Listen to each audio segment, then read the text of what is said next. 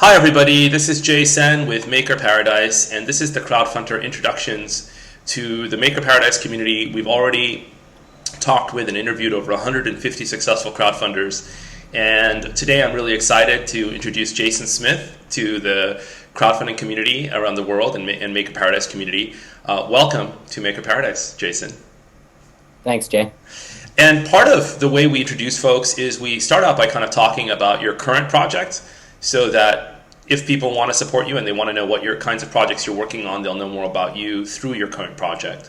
And that also frames the second part of our process, which is the crowdfunder education, because once we know your project, then we can talk to you more in depth about what's working and what's not working for you, etc. So your current project is called CowTech Ciclop, and it is a $99 open source 3D scanner.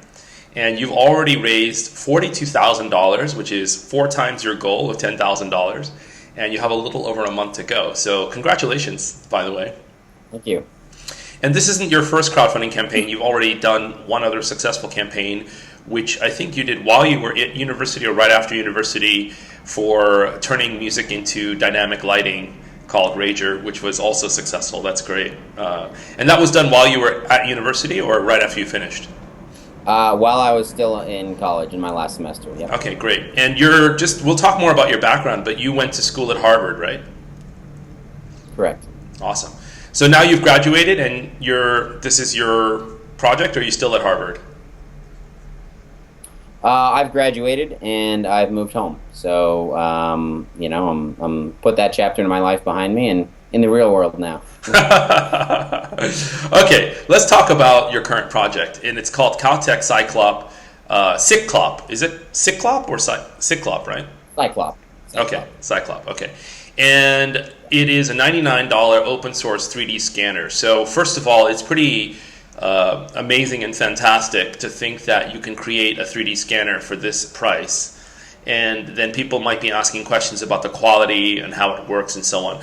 So before we do that, let's talk about who you think is a target market for this kind of project. Like, who are you trying to reach? Who do you think would be interested in this $99 open source 3D scanner? Well, we made this scanner for anyone who owns a 3D printer. And while we do offer a kit, ready to scan kit, which comes with the parts 3D printed, the primary goal of the project was to produce this very low-cost item to people who already had 3D printers, and they would be able to print the parts for the scanner on their own printer and then use that scanner to get models of things that they had in their everyday life that they wanted to copy on their printer. So that's really what we're marketing for, and we wanted to make a scanner that was low enough cost that virtually anyone who owned a 3D printer, any 3D printer, it would be affordable to them. As I'm sure you know, there are so many ranges of 3D printers. Just in the consumer level, you can easily spend $2,000 or $3,000 on a printer, or you can get a RepRap Prusa from China for $250, $300. And we wanted our scanner to be able to. We wanted it at a price point where even if you were someone with a very entry-level 3D printer, you could still add on a scanner for a fraction of the cost of your printer. I mean, it's pretty exciting what you're doing in a way, and I think there's a lot of things about the crowdfunding aspect of this that I think people can learn from as well, given that this is your second project. You've been successful already one time, now you're doing this.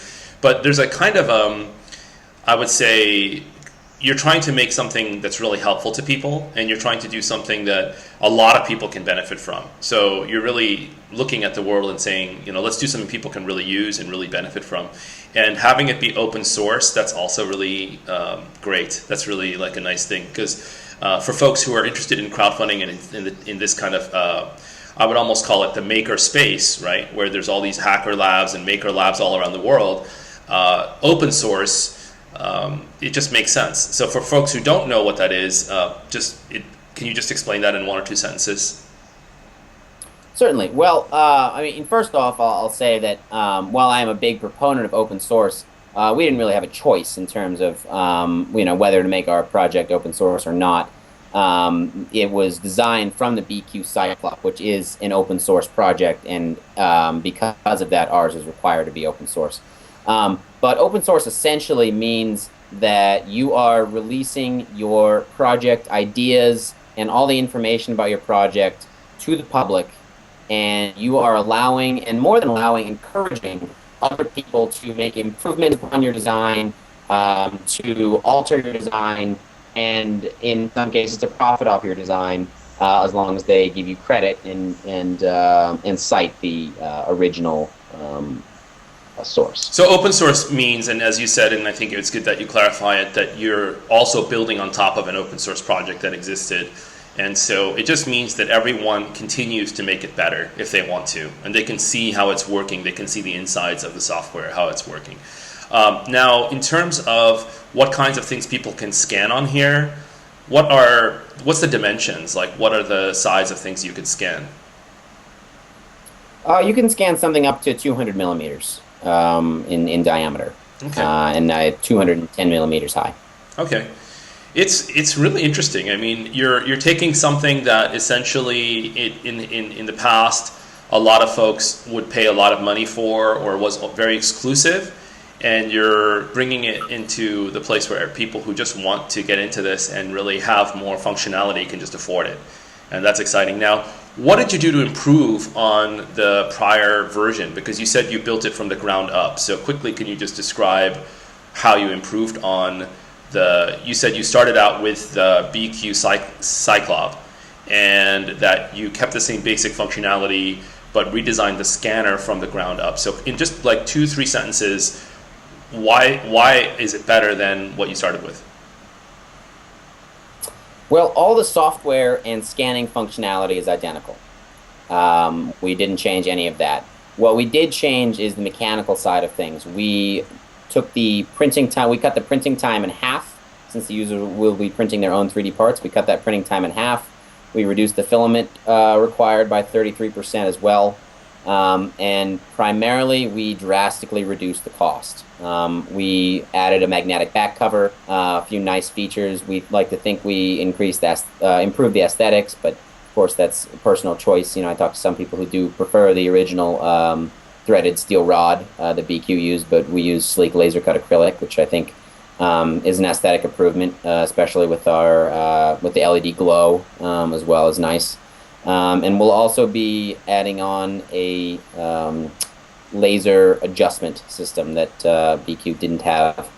So let me jump in for a minute here. So you improved it in a couple of ways. One of them is the speed. Is it going to be faster, and it's you said it's like your measurements are different. I'm trying to follow some of the things you mentioned because I think you explained them to me in terms of the physics of it and the physicality of it. But I'm trying to just break it down into if I'm using it, what is it going to actually result in being different? Is it going to be cheaper to scan something faster? Faster, right? It's faster to scan things? Nope, it's identical. Okay. Scanning, it is 100% identical to the BQ. Okay. There are no changes. Okay. What it is, it's easier to create. So the BQ took us 29 hours about to print the parts for the BQ, and ours is about half that. Ours takes about 14 hours to print all our parts. So it's faster to print? Faster to print the parts that are needed to create the scanner. Okay, great. Okay, now I understand. Okay, so I print the parts to create the scanner, and this time it's a lot easier to create it than I had to do it before. And also, the actual scanner is sort of other things, like you said, it's better design and it has some other qualities to it. Are there any other benefits you want to mention before we wrap up this? Like when I print the Ciclop, this one, CowTech Ciclop. Are there anything else that I need to know about when I print it out and I create it? It's going to be different from the BQ, just so I get the main point. It's a little more user-friendly. Okay. It's got easier access to electronics, and the lasers will have an adjustment to help compensate for tolerance issues between different people's 3D printers. I like it. It's a cool project, and I think it's great that you guys are improving on something. You know, I think it's great. I mean, you took time and effort to understand what exists, and you're just making it better, and it's still very affordable. And actually, you did make it less expensive because of the way you're doing your project. It costs less to create it, right? So it's $99, and then once someone creates there, it also costs less to actually produce the scanner at the end, right? There are a couple ways that you're going to save money. Right. You said it's less expensive, so can you just explain that a little bit more? Right. So the BQ Cyclop runs for about $350. Is a pretty typical price for the BQ. You can source your own parts for it, and you can save a little bit of money on that, but then you have to print them all. If you order from BQ, they do send you the printed parts yourself, so you don't have to print them. But we're dramatically reducing the price. I mean, $199 as opposed to $350 is an immense price reduction. So that's really what we went for, and we wanted to make sure that we could achieve this reduction without sacrificing any quality in components. Well, congratulations on a tremendously successful campaign. $42,000 for this category is great. And I think you have a worldwide market. A lot of people are into 3D printing. It's up and coming. It's not going away. And you've proven that you can make improvements. This is just the beginning. So there's so much more you can do in the future as well. And you're just building your community and getting people to know about you in this space. So it's really exciting to have you part of the crowdfunding community. And also I've enjoyed learning about your background and introducing you to our community, Maker Paradise community. So thanks for being in this Introducing Crowdfunder series. Absolutely. I appreciate it, Jay. And that's it for introducing this new crowdfunder to the world of crowdfunders in the Maker Paradise community. If you're a backer and you haven't shared this on social media, please do share the CowTech Ciclop on your social media. And if you like this behind the scenes, you can share this video and this audio as well. We have it available on iTunes, as well as it should be available as a shareable video. And we'll have a behind the scenes with Chris to talk about education for crowdfunders, what he's doing, what's working, what's not working, and that's for our subscribers, so feel free to subscribe to that. See you next time on Introduce the Crowdfunder on Maker Paradise.